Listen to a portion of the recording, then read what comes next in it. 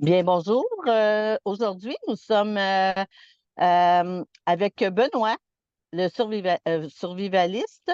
Et aujourd'hui, nous vous ferons découvrir Benoît qui compte beaucoup d'expérience en survie et qui est un modèle québécois. C'est une référence au Québec. Alors, c'est ça. J'aimerais ça, Benoît, que tu nous parles. Tu as plus que 40 ans d'expérience dans la survie. Pour toi, la survie, c'est un mode de vie. J'aimerais ça que tu me parles un peu de toi, tes expériences. Bonjour Lynn, Bonjour. bien content d'être sur ton émission. OK? Le... Moi, ça fait 40 ans que je fais ça, que je pratique, même peut-être un peu plus, mais là, je ne le pratiquais pas, mais on va dire un peu pas de père en fils, là, mais il y a beaucoup de choses qui est arrivé dans ma vie qui m'a dirigé vers l'autonomie. OK? Fait que c'est un mode de vie pour moi de toute une vie.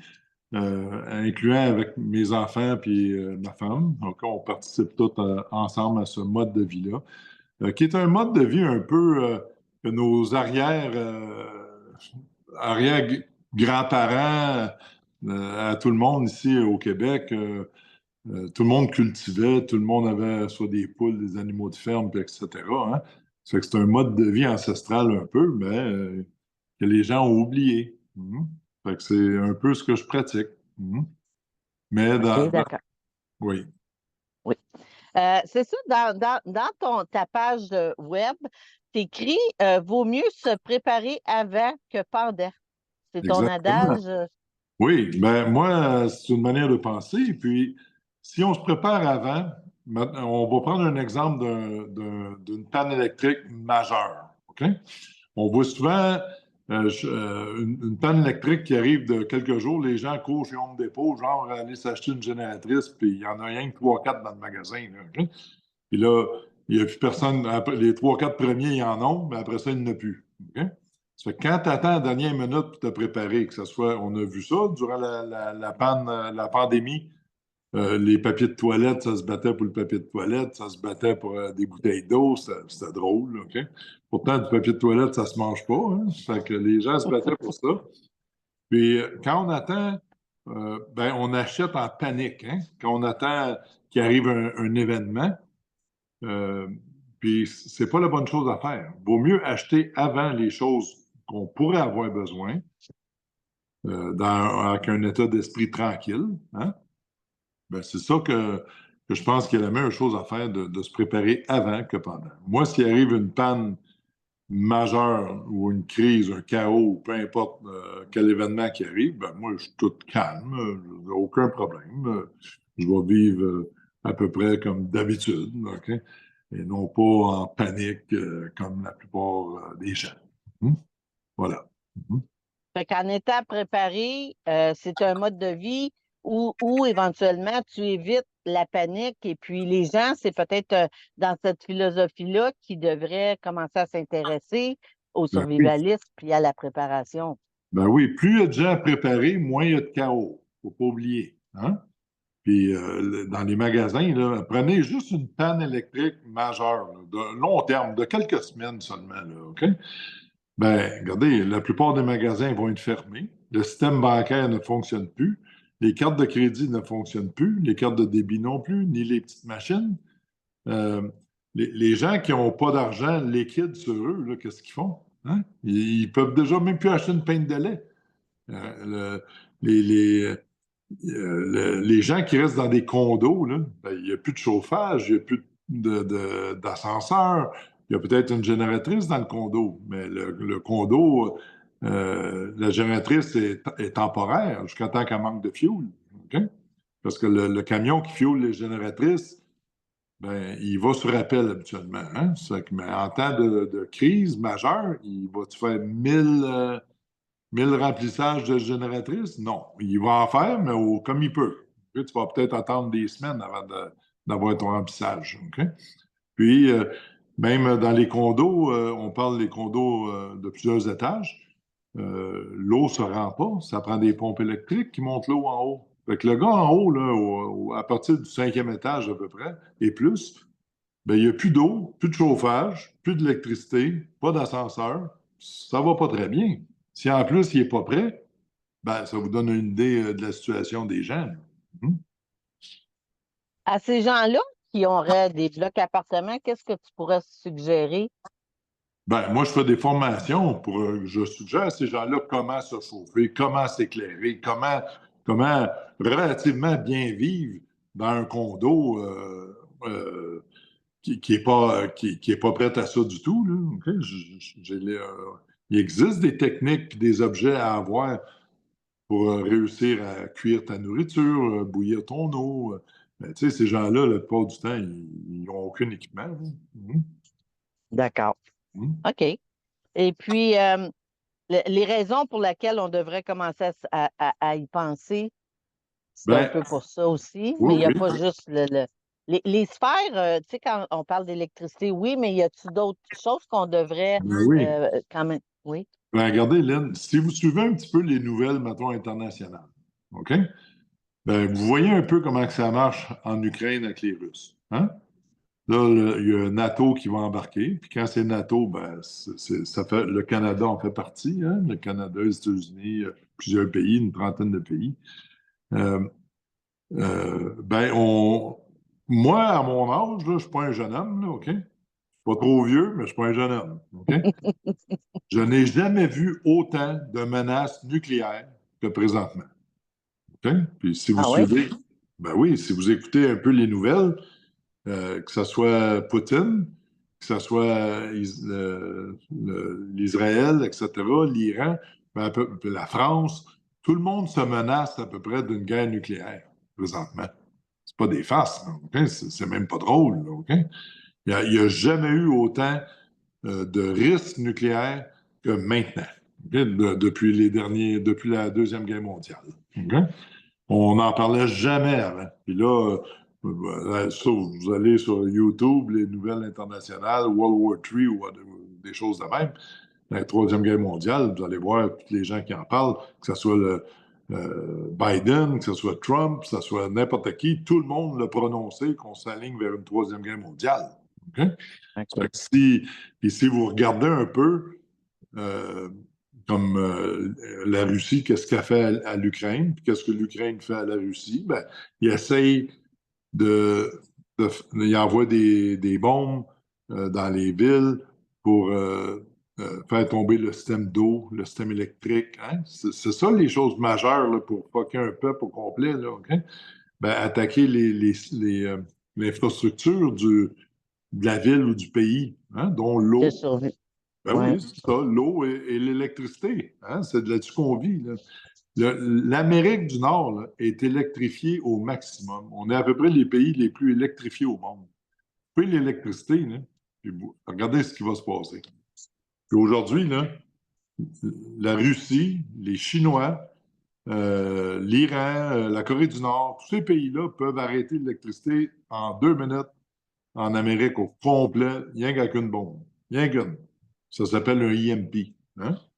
Puis l'autre fois, là, quand tout le peuple québécois regardait le ciel là, avec les belles aurores boréales qu'on a eues, là, le beau ciel, là, vous vous souvenez, il y a à peu près un mois, là, un mois ou deux, là, tout le Ouais. monde prenait des photos sur Facebook, puis tout le monde était tout content de. Ben, vous savez qu'on n'a pas assez proche de perdre l'électricité. On Ah était. oui? Ben absolument. Si vous checkez ça, des scientifiques, là, quand même, là, des gens connaissants, là, ils vont vous dire que c'était grade 4. Puis à grade 5, là, à peu près tout le système électrique tombait. Le Québec, dans les années, bon là c'est vague dans ma tête, mais dans les années 90, on a perdu l'électricité au complet à cause du soleil. Hmm? Au complet. On l'a perdu à une douzaine d'heures. OK? Le système au complet a tombé. Bang! Hmm? Pour une douzaine d'heures. Vous pouvez le retrouver sur le web. Là, OK? Cherchez Hydro-Québec, vous allez le voir. OK? Bon, ben, ça, on aurait pu tout perdre, l'électricité, encore une fois. Hum? Ça a passé bien proche. Hein? Puis les gens, pourtant, tout le monde trouvait ça beau. Puis, hein? C'est vrai que c'était beau. C'était super beau. Mais écoutez, ça peut arriver d'une journée à l'autre. OK? Avec plein de choses, que ce soit le soleil, une bombe, une attaque terroriste. L'autre fois, moi, je donne des formations web aussi, puis j'ai mis une photo qui me fait rire, là, OK? Euh, un raton laveur, un raton, là, on ne parle pas de 8 terroristes armés avec des grenades et des lance-roquettes, là, OK? Un raton laveur a fait tomber l'électricité. La moitié de la ville de Toronto était blackout, au complet. Un raton. Il a marché là, sur un fil, puis tout blackout, la moitié de la ville de Toronto. Un raccoon, OK? Un raton laveur. Imaginez-vous un jour s'il y a 15-20 gars armés solides, là, hein, avec des camions béliers, tout ce que vous voulez, là, OK, qui veulent fermer l'électricité dans des villes majeures comme Montréal, Toronto ou autres, là, New York, etc. Imaginez-vous qu'est-ce qui va se passer.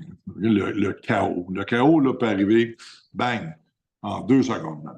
Hein?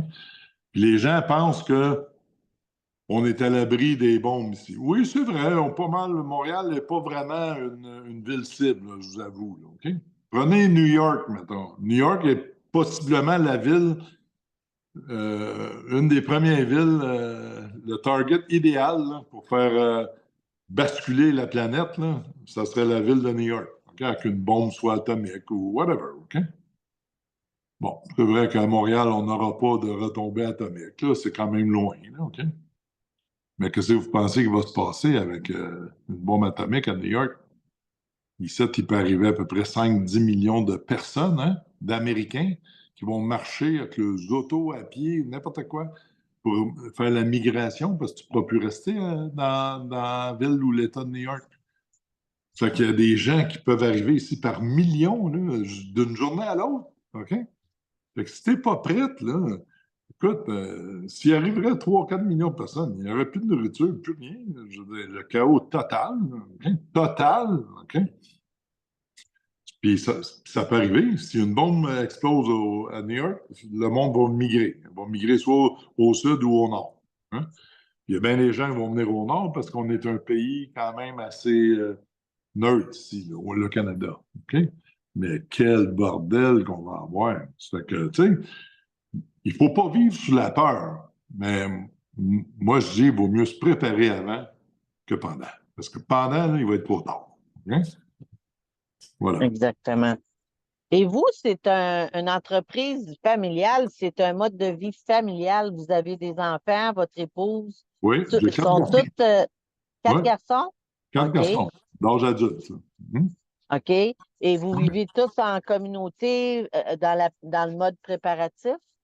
Ben, moi, mes 4 garçons sont prêts à. Vraiment, on a un plan. Hein, on a un plan. Ça prend des plans.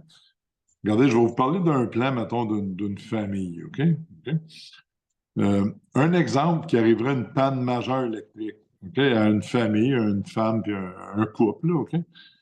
Qui travaillent. Une travaille sur la route, l'autre travaille dans une usine, là, peu importe. OK? Puis ils ont 2, 3, 4 enfants là, dispersés dans la ville. Là. 2 à la garderie, une à l'école primaire, l'autre au collège privé, whatever. C'est quoi le plan de match? Il y a plus de- C'est quoi le plan de match s'il n'y a plus d'électricité? Hein? Puis les parents, ça prend 8 heures pour arriver à la garderie ou la garderie est fermée. Ils sont rendus où, les enfants? Est-ce qu'il y a un plan de match? OK? L'école, vas-tu les garder si il n'y a plus d'électricité? Ils vont les garder jusqu'à quelle heure? Ils sont envoyés où, les enfants? Ben, c'est ça, je dis, ça prend un plan. Hein? Ça prend. Tu n'es pas obligé de paniquer. Les gens qui n'ont pas de plan vont paniquer. Ceux qui se préparent d'avance ne paniquent pas. Parce qu'ils savent que la gardienne ou la garderie, ben, ces enfants-là vont être amenés chez elle. Puis ils ont déjà l'adresse de la dame. Tu comprends-tu? Parce que quand les communications ne marchent plus, ben, c'est ça le problème. Là. Tu sais, tu arrives à la garderie, c'est fermé. Il n'y a plus d'électricité. Puis ils sont où tes enfants? Tu demandes-tu comment tu paniques? Voilà. Mhm. Ça fait que c'est ça la préparation. Mhm. Fait que dans le fond, votre mode de vie, c'est de la préparation, de la prévision, Oui, avoir les outils nécessaires, être formé, être formé psychologiquement, mentalement et physiquement aussi.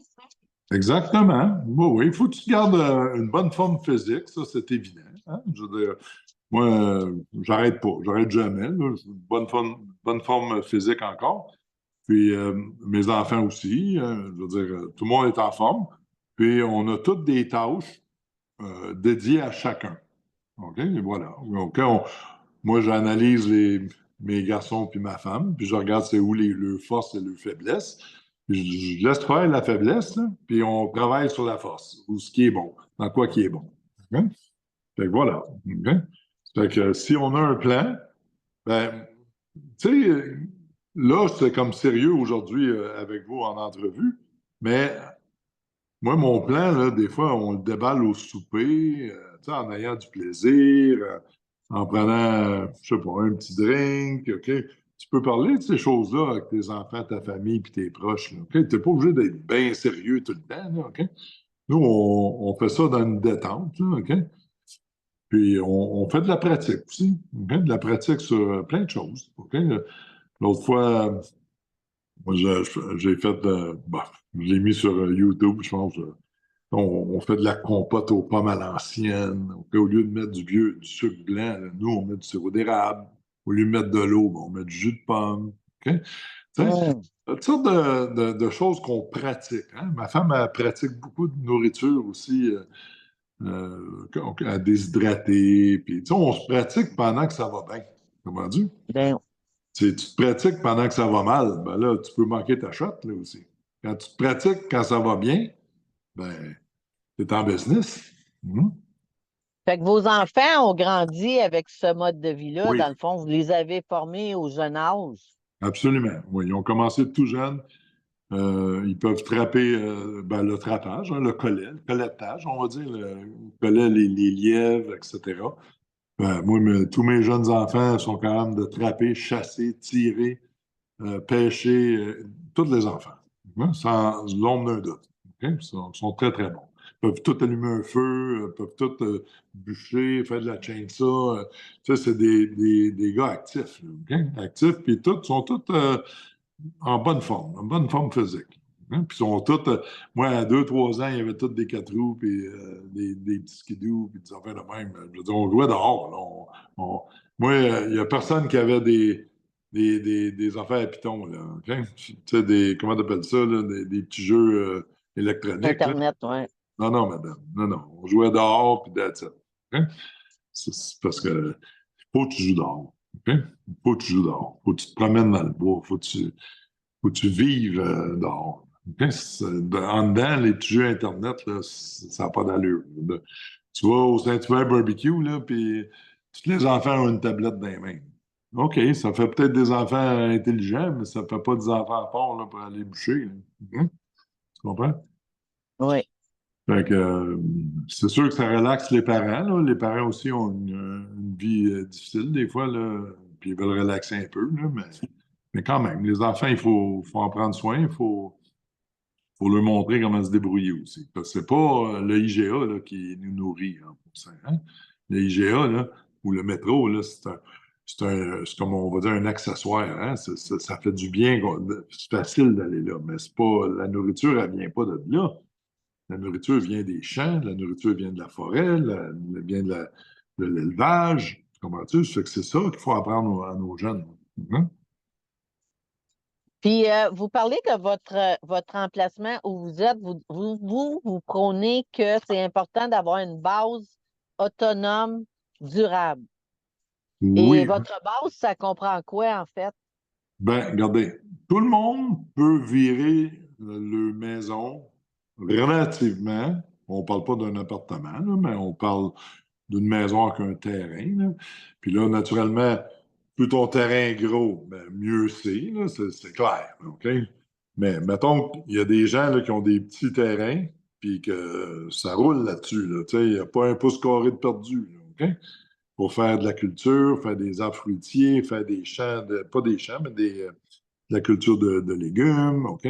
Il y en a qui sont bien débrouillards, là, OK? Ils font ça en hauteur aussi, tu sais, sur le balcon, la rampe du balcon peut être utilisée. Il y a plein de choses, là, plein d'espaces possibles. Même quand tu es en ville, ton toit, ton balcon, tu sais, regarde, le soleil, il rentre partout, hein? Ça prend du soleil, hein, faire un jardin, hein?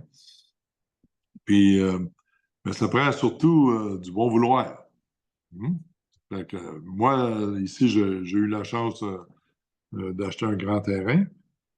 Ben là, on a une chance, tu sais, mais c'est pas tout le monde qui a cette chance-là, mais il faut que tu te débrouilles avec ce que tu as. Moi, avant, j'avais pas ça, puis j'avais d'autres choses. J'avais un plus petit terrain, puis je me suis débrouillé à être autonome aussi, euh, avec un plus petit terrain.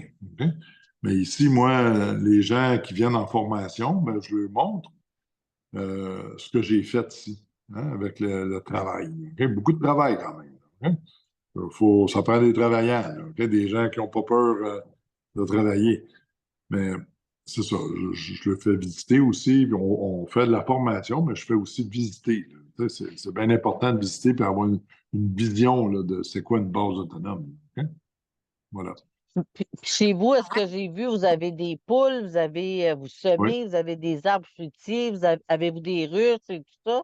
Oui, j'ai des ruches. Moi, ici, je peux vous nommer un peu ce qu'on fait. J'ai des ruches, je fais du miel, du bon miel, hein. Je vais faire 2 récoltes cette année. Je fais aussi du sirop d'érable.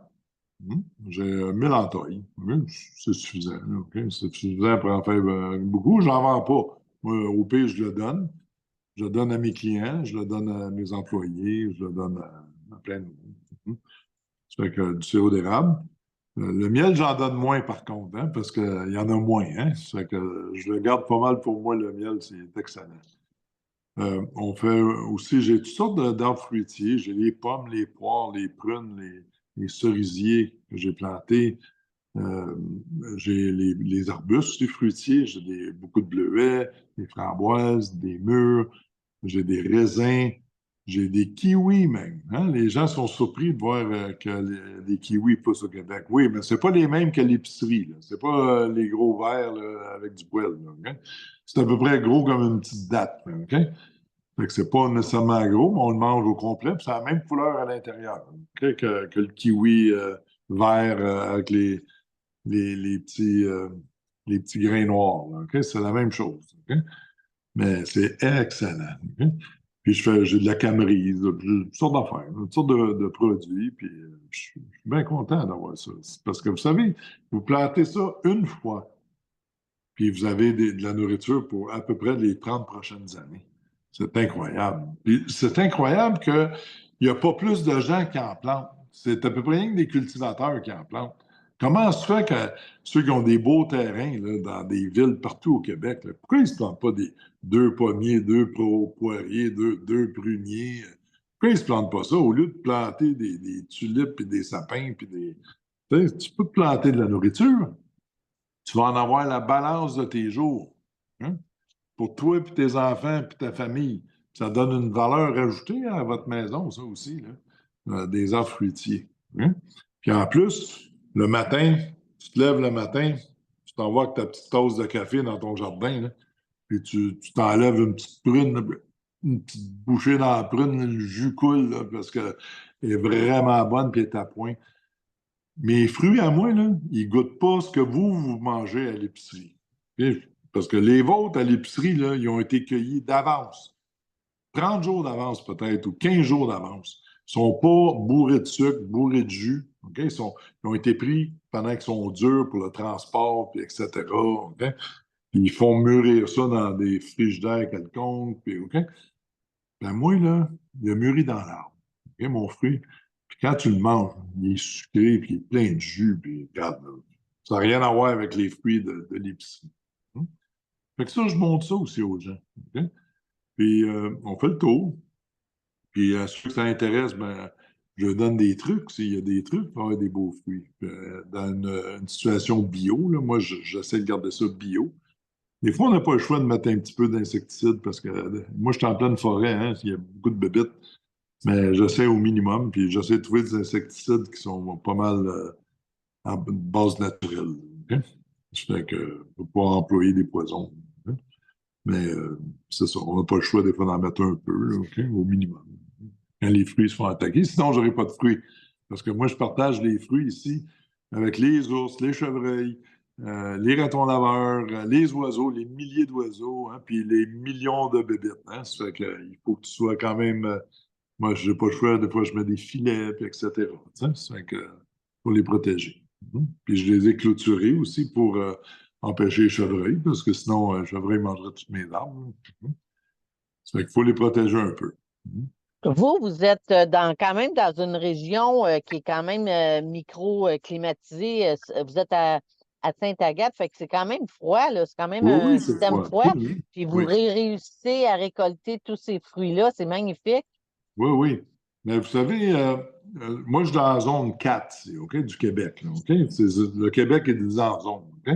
C'est la zone 4. Puis, il s'agit que tu plantes. C'est sûr, si tu achètes des arbres zone 5, mettons, pour la zone de Montréal, OK? Ben, ils ne t'offront pas ici parce qu'ils vont geler. OK? Il faut que tu prennes des arbres qui sont zonés comme 3, hein? Zone 3, zone 4. OK? Plus tu vas dans les zones froides, ben, plus ton arbre est résistant au froid. OK?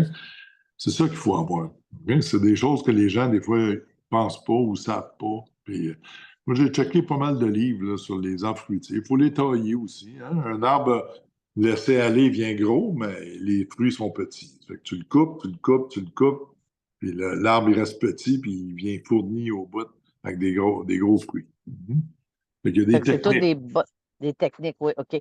Puis vous dites que ça fait quelques années que vous êtes dans ce secteur-là. Combien d'années ça vous a pris pour construire cet écosystème-là? Ben, moi, officiellement, j'ai acheté ça, ça fait 15 ans. OK? OK. Ça fait 15 ans. Le but premier était de faire une, euh, une maison modèle, parce que je voulais faire un développement ici pour des survivalistes. OK? J'ai des terrains alentour d'un lac pour des survivalistes. OK? Mais ça a pris tellement d'années, là. Tu sais, je suis tombé dans le COVID aussi, puis tout. Puis, tu sais, fait que j'en fais plus de développement, finalement. Ça m'a découragé d'avoir toutes les encres, parce qu'on a une rivière à traverser. Tu sais, c'est compliqué avec les villes, puis le gouvernement, puis tout. Ça fait que j'ai comme abandonné un peu le projet. OK? Mais la terre a resté, puis j'ai continué à travailler sur la terre depuis les derniers 15 ans. Hein?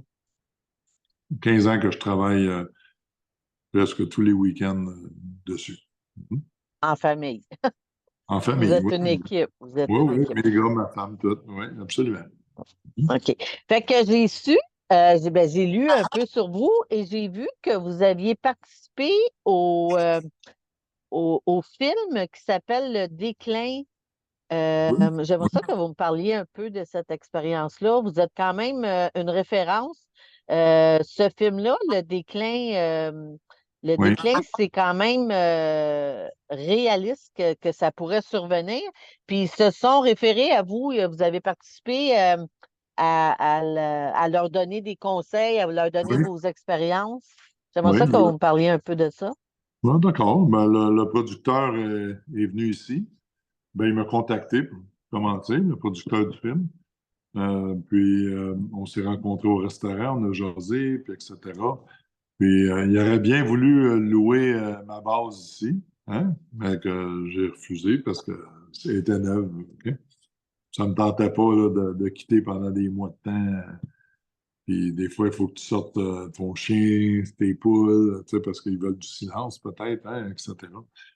Fait qu'il était comme 60 personnes hein, pour faire ce film-là. Hein? Ça fait que ça faisait beaucoup de monde. Hein? Ça me tentait pas de ramasser des canettes d'eau puis de 7-Up puis de Coke un peu partout sur mon terrain. Là.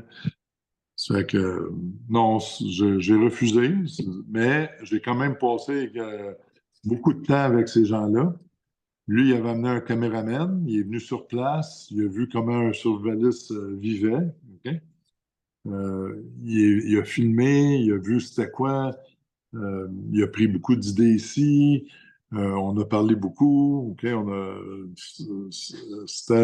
pour moi, c'était une très belle expérience. Puis j'étais bien content aussi de participer. Puis il a pris plein d'idées que j'ai suggérées. Naturellement, c'est lui qui a fait son film, c'est évident.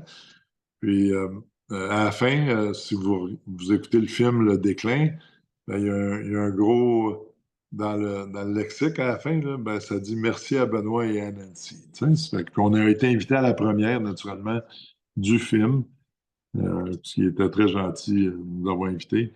Puis j'étais bien content. Oui, mais oui, c'était une belle expérience, puis il était très content des conseils qu'il a reçus. Puis le film, en passant, c'est un succès mondial. Hein? Je ne sais pas si vous savez, là. C'est un succès mondial. OK? C'est un film Quelqu'un- qui est choquant. Quand ouais, même si on connaît le milieu du survivaliste, c'est un film qui est choquant parce que c'est plein de qu'est-ce qui pourrait arriver, puis on se dit, mais voyons donc, parce qu'on est quand même dans une région au Québec où il y a la neige, il y a le froid, il y a la glace, il y a les eaux glacées. Puis dans ouais, le film, ça se passe en hiver. Fait qu'on voit tout qu'est-ce qui oui, pourrait arriver au niveau extrême, au niveau oui, du survivalisme absolument. dans nos saisons à nous. Oui, Fait que moi, je connais le survivalisme assez bien, mais là, c'était comme, wow, ouais. on est choqués. Puis ça, je le suggère à tout le monde parce que ça peut quand même éveiller les gens de voir ce film-là, là, de dire, ben, supposons que, tu sais, supposons que. Vous savez, survivre en hiver, là, c'est un autre pain de manche, là, je vous le dis, moi. Puis là, il y a quelqu'un qui avait tombé à l'eau, puis tout. Mais, Oui, ben c'est ça. ouais, mais Oui, même survivre en hiver chez vous, là. Vous savez, au Québec, là, la ville de Montréal et la ville de Québec, puis d'autres villes aussi, d'autres petites villes plus petites, interdisent les foyers au bois. Interdisent l'installation d'un foyer au bois. Faut-tu être complètement déconnecté de la réalité? Une panne électrique, là, pour Montréal, là, majeure, là, de quelques jours durant les -20, -30 degrés, comment la ville va prendre soin d'1 million ou 2 millions de personnes? Pouvez-vous m'expliquer ça? Ces gens-là, pas de chauffage. Pas de chauffage, tous les tuyaux de la maison vont péter aussi. Vous comprenez? Comment tu fais pour interdire d'avoir un foyer au bois à Montréal et puis être aussi sensible au bris électrique? Ben, moi, je ne comprends pas. Moi, ça me dépasse. Non, non, mais c'est vrai. Tu sais, comment tu fais pour faire ça? Moi, je n'achèterai jamais une maison sans foyer au bois. Vous comprenez? Parce que les pannes électriques, on peut les compter par dizaines par année. Là. OK, des petites pannes, 2, 3, 4, 5 jours. Là, OK? Pas de problème. Il peut en arriver une grosse. Là. Comment tu vas faire pour prendre soin de tout ce monde-là? Hein, je ne sais pas comment ils vont faire. C'est impossible. Mhm. mm, Impossible de OK, prendre soin. Mhm. Voilà. exactement. Alors, c'est ça, Benoît, vous offrez là, on va avoir les dates éventuellement, mais vous offrez des cours, Oui, des formations. Oui, des oui, des formations. formations. Oui, Oui, OK. oui. Les gens viennent me Pouvez-vous nous voir parler ici. juste un peu des formations que vous offrez et dans quelles conditions? Je sais qu'il y en a chez vous sur place où vous montrez sûrement les technicalités, puis il y en a aussi sur le web. Oui, C'est oui. Mais ça? le web, c'est surtout pour les gens, mettons, qui habitent très, très loin. OK? Comme moi, j'en ai des fois des gens, même d'Europe. Tu sais, j'ai des gens qui sont venus de Dubaï, j'ai des gens d'un peu partout là, OK, qui viennent ici. Mais le web aussi, ça se connecte de partout dans le monde. OK? C'est pas un problème. Mais le web, ben, pas que c'est pas bon, mais c'est moins bon que sur place. OK? Sur place, c'est l'ultime. OK? Là, on a le feeling humain, on a, je fais des démonstrations de produits, puis du produit, j'en ai. OK? Je permets aux gens de prendre des photos de tous les produits avec le nom du produit, puis je leur dis où c'est qu'ils peuvent l'acheter. Moi, je vends rien. OK? Je ne suis pas un vendeur d'accessoires. OK? Mais pour les gens, mettons, j'ai 10 produits, il y a peut-être 10 produits que le gars, il en veut deux là-dedans. Bon, ben, il prend en photo. OK? Fait qu'il OK. prend en photo, il peut le retrouver et l'acheter plus tard. OK? Mais ça, c'est un exemple.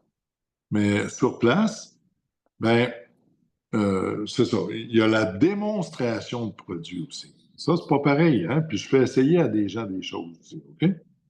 Fait que la démonstration de produits, puis aussi la visite de la base et aussi les champs fruitiers. On a une source d'eau, j'ai un champ, j'ai un beau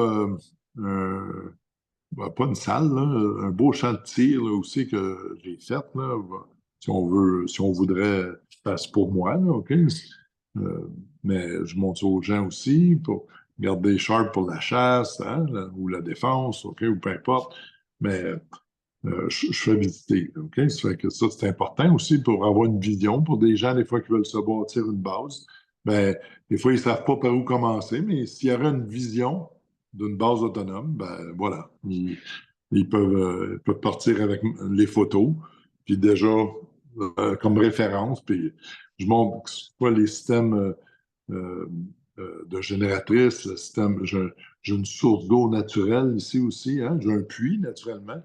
Comment sortir l'eau du puits, ma chère dame? Y a-t-il du monde, ça, même de sortir sans électricité? Sortir l'eau du puits, c'est pas si facile que ça. Fait que je montre plein de choses de même, hein? Comment sortir l'eau d'un puits, trouver de l'eau en forêt, hein? De l'eau bonne à boire, OK? Tu sais, il y a beaucoup de choses. Il y a beaucoup aussi, on parle un peu des plantes sauvages, naturellement. On parle des champignons. Il y a beaucoup de nourriture dans la forêt aussi. OK? Ça fait qu'on peut.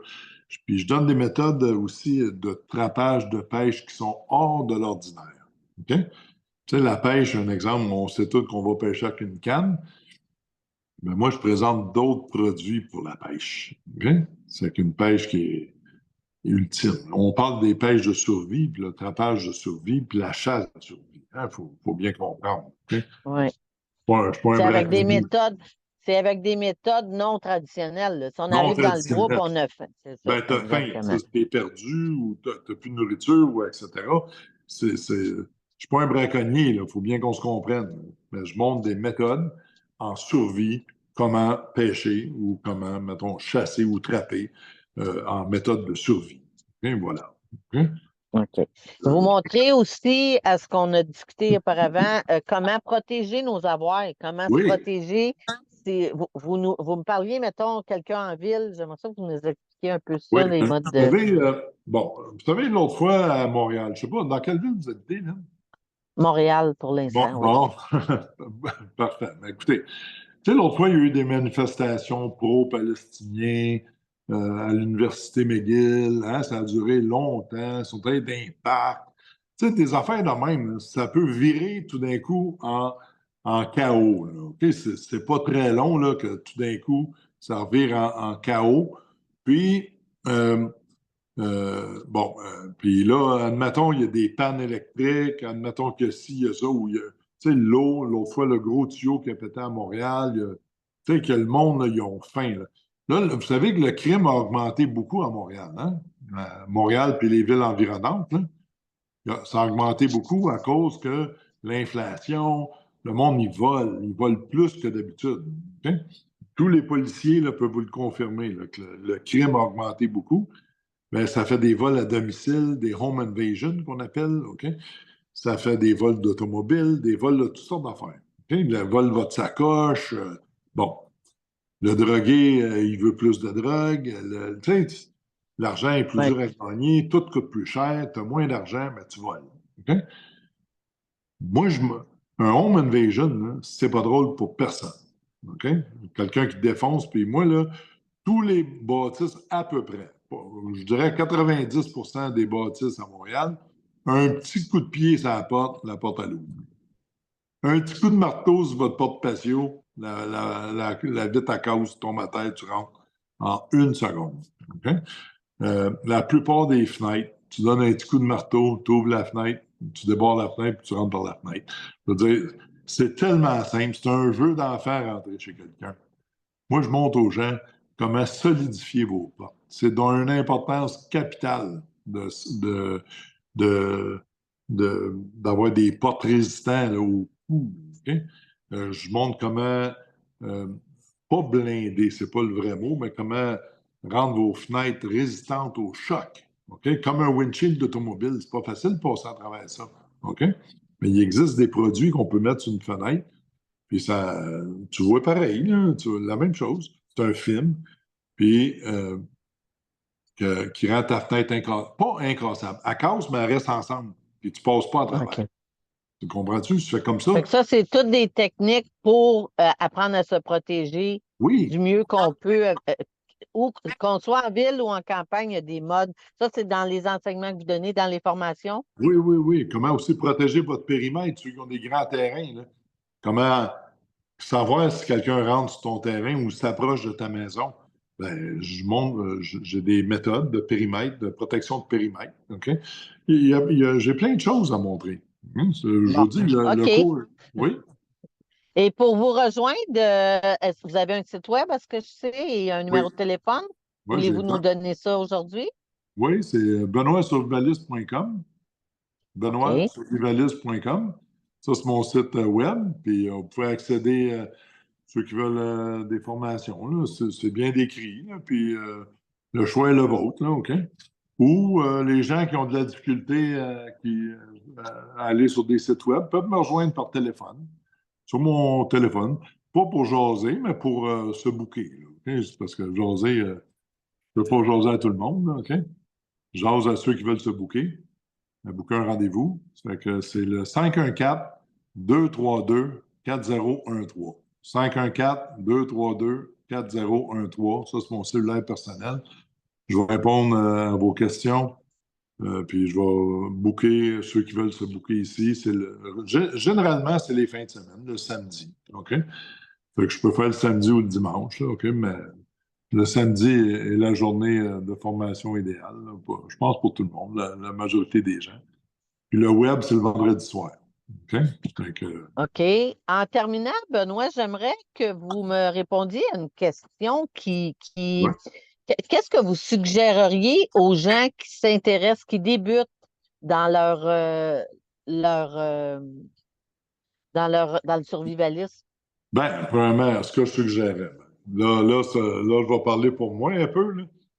Je suggérais de prendre des cours. Ça, c'est évident. Quand tu prends un cours, tu sais, un cours de natation, tu apprends à nager. Quand tu prends un cours de cuisine, tu apprends à cuisiner. Ben, un cours de survie, comme je donne, et autonomie, ben, tu apprends à devenir survivaliste puis devenir autonome. Voilà. Moi, c'est ce que OK. je recommande, mais il y a beaucoup d'autres recommandations. OK? Bon, on va commencer par ça. Et les gens vont sûrement vous poser des questions après cette conférence. Alors, je vous remercie sincèrement de cette parution avec nous et au plaisir de vous revoir, Benoît. Et on va continuer avec les questions. Je vous Ben, remercie. merci. Merci beaucoup, Lynn. Au plaisir.